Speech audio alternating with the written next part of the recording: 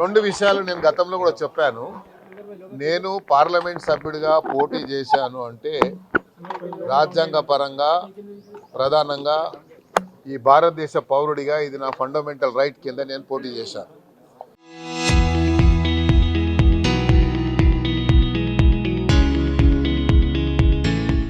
నేను ఇక్కడ సభ్యత్వం తీసుకోలేదు, అక్కడ సభ్యత్వం వదులుకోలేదు.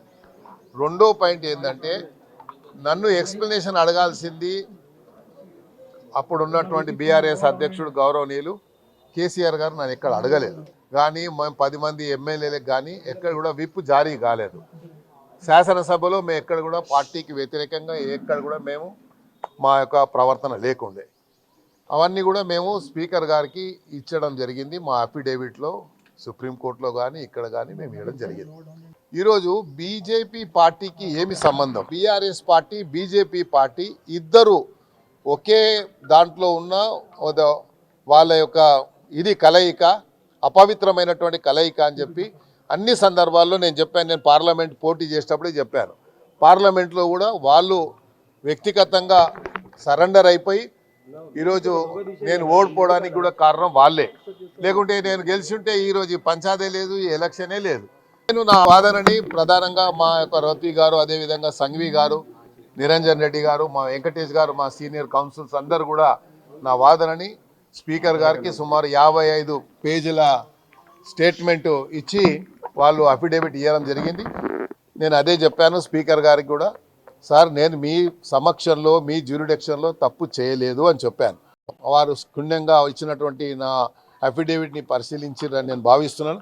అందుకే ఈరోజు ఈ తీర్పు వచ్చిందని దానికి నేను స్పీకర్ గారికి అదేవిధంగా మా అడ్వకేట్స్ అందరికీ కూడా మనస్ఫూర్తిగా ధన్యవాదాలు. యుద్ధంలో పోరాడుకుంటేనే 6 సార్లు ఎమ్మెల్యే గెలిచాను. నా ప్రజల దయ వల్ల, ఖైరతాబాద్ ప్రజల దయ వల్ల.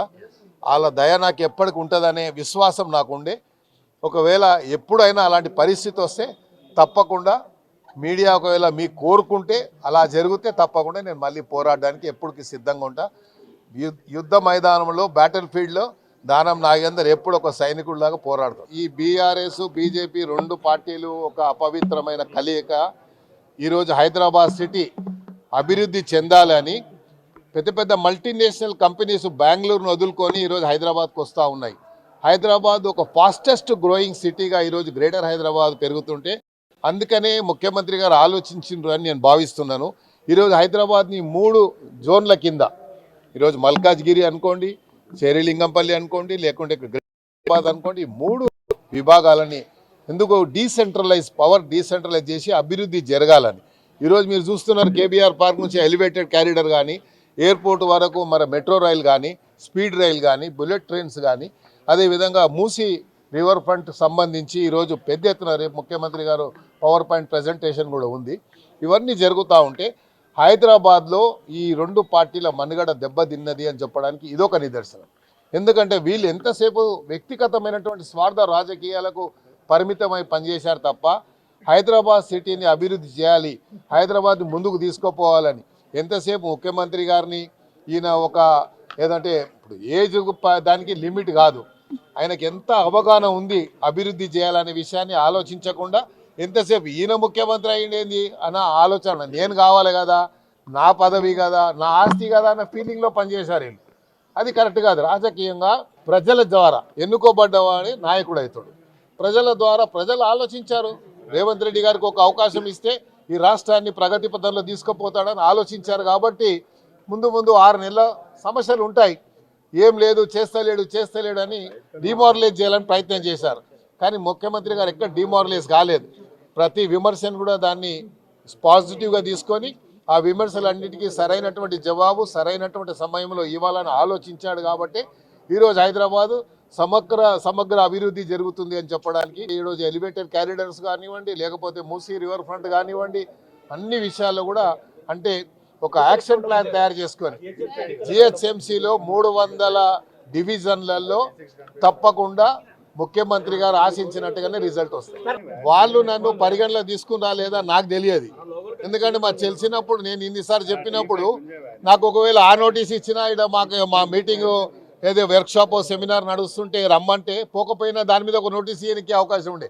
అవగాహన దెబ్బతిన్నది వాళ్ళకు. అంటే ముఖ్యమంత్రి పదవి పోయింది, కేసీఆర్ గారికి ఆ బాధ లేదు. ఆయన కంటే సెకండ్ మనిషికి అరే నేను ఆ ముఖ్యమంత్రి పదవి పోయిందన్న బాధ ఎక్కువ ఉన్నట్టుంది. అందుకని నేను కాలే ముఖ్యమంత్రి ఆయన ఎందుకు అయ్యిండు అన్న ఆలోచనతోని అంతా ఇంకా తప్పటి అడుగులు వేసుకుంటూనే పోతున్నారు.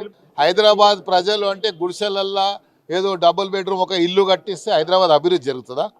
హైదరాబాద్ జరగాలి అంటే హైదరాబాద్ ప్రజలకు ఎంప్లాయ్మెంట్ కావాలి, వాళ్ళకు కావాల్సినటువంటి సురక్షితమైనటువంటి జీవన విధానం వాళ్ళకు కలిగించాలి.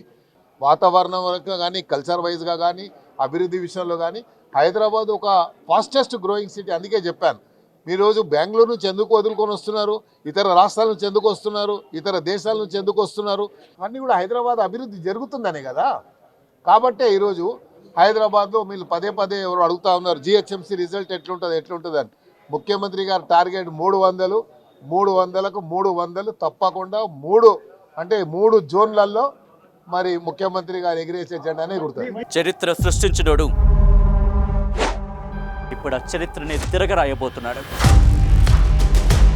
అబద్ధాల గోడల్ని బద్దలు కొట్టి నిజాలను రాగా మీ ముందుంచబోతున్నాడు.